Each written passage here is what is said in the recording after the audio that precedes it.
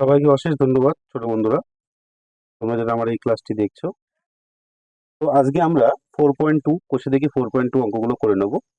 এখানে দেওয়া আছে দুটো সংখ্যার গুণফল দেওয়া আছে, একটি সংখ্যা এত হলে অপরটি কত। দেখো আমরা এখন যেটা শিখবো সেটা ভাগ পদ্ধতি, ঠিক আছে? সেটা আমি শেখাচ্ছি পরে। তো অঙ্কটা কি করে করব সেটা আগে দেখে নিই।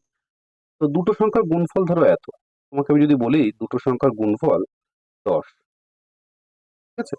দুটো সংখ্যার গুণফল তোমাকে আমি বললাম 10, তার মধ্যে একটি সংখ্যা হলো 2, তাহলে আরেকটি কত? তুমি কি করবে?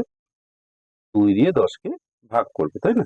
2 দিয়ে 10কে ভাগ করলে আমরা কিন্তু অ্যান্সার পেয়ে যাব। তো এটাও ঠিক তাই, দুটো সংখ্যার গুণফল বলে দিয়েছে, একটি সংখ্যা বলেছে অপরটি কত। তো এইটা দিয়ে এইটাকে কি করতে হবে? ভাগ করতে হবে। এরকম ভাগ তো আমরা আগে কখনো করিনি। তো দেখো কি করে করতে হয় আমরা শিখে নেব। ঠিক, তো দেখো ভাগটাকে বেরোবো, লিখে দেবো আগে দুটি সংখ্যার গুণফল, দুটি সংখ্যার গুণফল বলেছে আমাকে 3x² 8x + 4। অর্থাৎ একটি সংখ্যা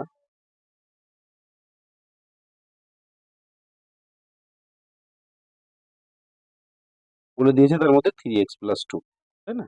তাহলে অপর সংখ্যাটি কত আমরা এটা লিখবো। অর্থাৎ অপর সংখ্যাটি হলো, অপর সংখ্যাটি করব না, দুটো সংখ্যার যে গুণফল দিয়ে দিয়েছিল তার থেকে এটা ভাগ করে দেবো, তাই না? ভাগ 3x + 2 ভাগ করে দিলেই হয়ে যায়। এবার ব্যাপার হচ্ছে ভাগটা করবো কি করে, তাই না? ভাগটা করার নিয়মটা আমরা শিখবো। দেখো এখানে আমরা ভাগটা পাতিয়ে নিচ্ছি। 3x ভাগ করছি, সরি 3x + 2, 3x + 2 কে এইটা দিয়ে ভাগ করতে হবে, মানে 2 দিয়ে এটাকে ভাগ করতে হবে, 3x² + 8x + 4। দেখো খুব সুন্দর অঙ্ক, তোমরা যদি একটা বুঝে যাও সব পেরে যাবে, ঠিক আছে? তো দেখো এখানে আমার কি কাজ, এই ভাগ পদ্ধতির কাজ কি? প্রথমে যে সংখ্যাটা আছে না 3x + 2, তোমাকে ভাবতে হবে যে এই প্রথম তার সাথে কত এমন গুণ করলে এই প্রথমটার যেন মিল হয়। তোমার আর কিচ্ছু দেখার দরকার নেই, তোমাকে মনে রাখতে হবে এই 3x যে আছে না, এই 3x এর সাথে কত গুণ করলে বলো তো x² হবে। একদম ঠিক। x যদি গুণ করে দিই তাহলে একদম 3x² করে আসছে না? যদি 3x এর সাথে শুধুমাত্র x গুণ করি তাহলে 3x² চলে আসে না?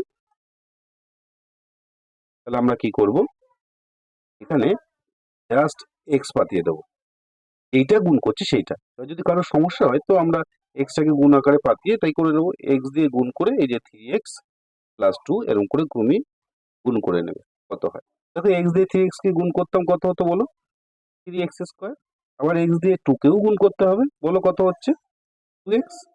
তাহলে যা হবে সেটাই আমি বসিয়ে দেবো। তাহলে এক্স দিয়ে 3x কে গুণ করছি আমরা কত? 3x² + 2, ঠিক? ভাগ দিয়ে দেবো। এবার দেখো, এবার মেন অঙ্কে আসি। দেখো ভাগের সময় আমরা কি করি, যদি কোনো সংখ্যাতে কোনো ভাগ দিতাম, ধরো এখানে 10 দিয়ে ভাগ করছি 88, তো 8 10কে এখানে 80 দিতাম, কি করতাম? বিয়োগ করতাম না? একদম ঠিক, এখানেও তাই করব। এখানে বিয়োগ করার সময় এর যে চিহ্নটা আছে তাকে শুধু পাল্টে দেবো, আর নিচের চিহ্নটাকেই এখন এর চিহ্ন বলে মানবো। তাহলে এর আগেও কিছু নেই মানে মাইনাস, এর আগে প্লাস আছে মানে মাইনাস।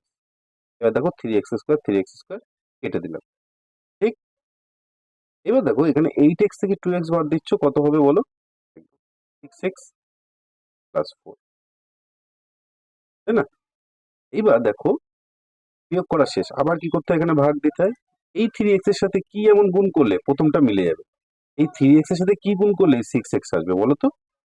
ঠিক বলেছো, 2, শুধু 2 গুণ করলে হয়ে যাচ্ছে, প্লাস 2 গুণ করে দাও। 3x এর সাথে 2 গুণ করলে কত হবে? 6x। আর এটা তো একটার সাথে গুণ করলে হয় না, এর সাথে গুণ করলে আমার পরেরটার সাথে গুণ করতে হবে, তাই 2 2 4। একটু ফাঁকা জায়গায় পাতিয়ে দেখিয়ে দিচ্ছি, দেখো 3x + 2 কে আমি কত দিয়ে গুণ করলে আমার 6x আসতে হতো, তাই না? তাহলে 2 দিয়ে গুণ করবো ভেবেছে, তাহলে কত হলো? 6x + 2 2 4 চলে আসলো। এবার কাজ হচ্ছে আমার কি, এদের চিহ্নগুলোকে পাল্টে দেওয়া, তারপরে কাট আউট করে দাও, আর কত হয়েছে? 0। এই 0 হয়ে গেল, মিলে গেল, অর্থাৎ আমার উত্তর চলে এসেছে। তাহলে আমি এখানে উত্তরটা লিখে দেবো। উত্তরটা কি না আমাদের x+2। x+2 হচ্ছে, অতএব অপর সংখ্যাটি কত x+2। আমি ভাগটা আরেকবার হচ্ছে বলে দিই, শোনো। প্রথমে যে সংখ্যাটা আছে এই সংখ্যাটার সাথে তুমি যা গুণ করছো এটাকে তুমি আলাদা পাঠিয়ে গুণ করতে পারো। এক্স দিয়ে গুণ করছি 3x² + 2x, দেখো 3x² + 2x। তারপরে কি করব, ভাগের সময় বিয়োগ করতে হয় তাই বিয়োগ করে দিলাম। বিয়োগ করে যা হবে সেই বিয়োগফলটা এই যে নিচে লিখলাম, কারণ 8 এর থেকে 2x বাদ দিলে 6x, বড়টার আগে প্লাস চিহ্ন তাই প্লাস, এখানে 4 করতে 4 নামলো। এবার 2 দিয়ে এটাকে গুণ করলাম, তাই না?